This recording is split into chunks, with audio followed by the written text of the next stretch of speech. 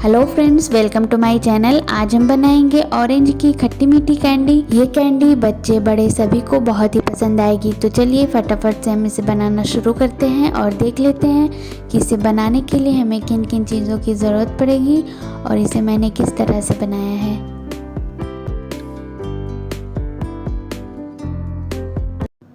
Orange की candy बनाने के लिए हम 4 पीस संतरे को ले लेंगे।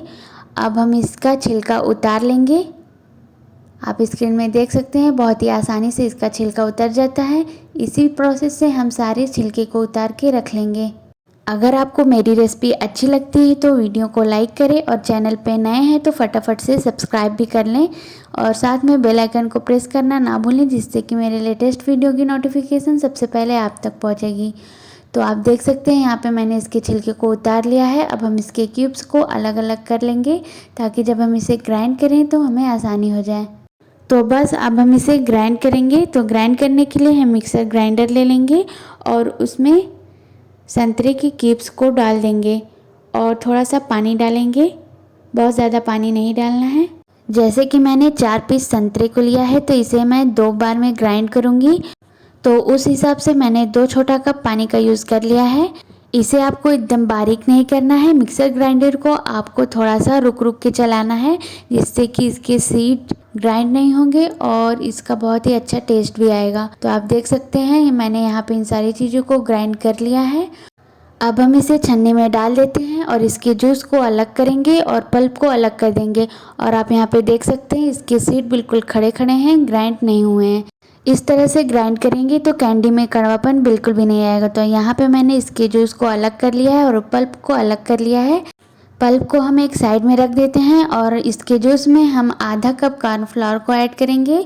साथ में जाएगा 1¼ tablespoon orange food colour. इन सारी चीज़ों को एक साथ अच्छे से मिक्स कर दें और मिक्स करके हम इसे एक साइड में रख देते हैं। कैंडी को पकाने से पहले सबसे पहले हम एक बाउल लेंगे और इसे घी से ग्रीस कर देंगे ताकि जब हम इसमें मिक्सचर को ऐड करें तो वो आसानी से निकल जाए। तो अब हम कैंडी को पकाना स्टार्ट करते हैं। इसके लिए हम कढ़ाई का यूज़ करेंगे और उसमें 1⅓ कप शुगर को ऐड करें और साथ में जाएगा आधी कप पानी। चीनी को मेल्ट होने के लिए हम पानी का यूज़ करेंगे, बहुत ज़्यादा पानी नहीं डालना है। अब हाई टू मीडियम फ्लेम पे हम चीनी को मेल्ट होने तक पका लेते हैं। और चीनी यहाँ पे हमारी मेल्ट हो गई है। तो मैंने जो ये मिक्सचर तैयार किया है इसे एक बार अच्छे से स्टर कर लेंगे, क्योंकि नीचे जाके कॉर्नफ्लोर बैठ गया है। तो एक बार इसे स्टर करने के बाद ही हम इसे कढ़ाई में ऐड कर देंगे। और आप देख सकते हैं यहाँ पे मैंने इन सारी चीज़ों को ऐड कर दिया है और हाई फ्लेम पे ही हम इसे कुक करेंगे। और थोड़ी देर बाद आप देखेंगे कि ये ठीक होने लगी है। कंटिन्यू हम इसे चलाते रहेंगे और ये देखिए बहुत ही अच्छी कंसिस्टेंसी इसकी आ गई है। तो इसे हम थोड़ी देर पकने देते हैं, कम से कम 5 मिनट के लिए। और 5 मिनट बाद हम इसमें 1 चम्मच घी को ऐड करेंगे और फिर से हम इन सारी चीज़ों को अच्छे से मिक्स करेंगे। और आप देख सकते हैं कि घी हमारा यहाँ पे मिक्सचर में एब्जॉर्ब हो गया है।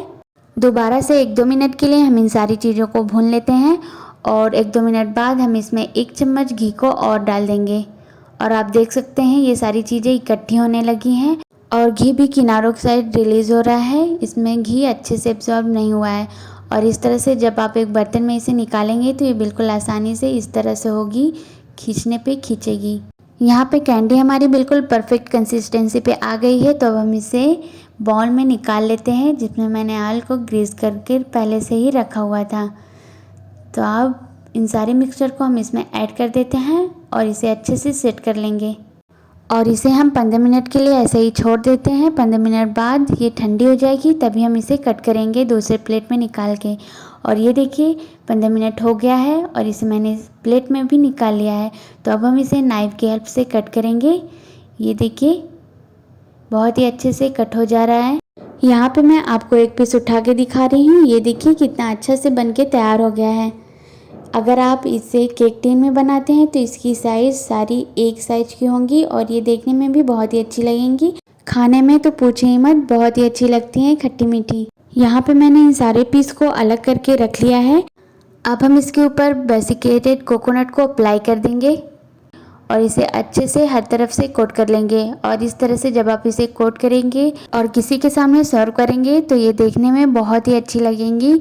किसी को पता ही नहीं चलेगा कि आपने इसे घर पे बनाया है या मार्केट से मंगाया है।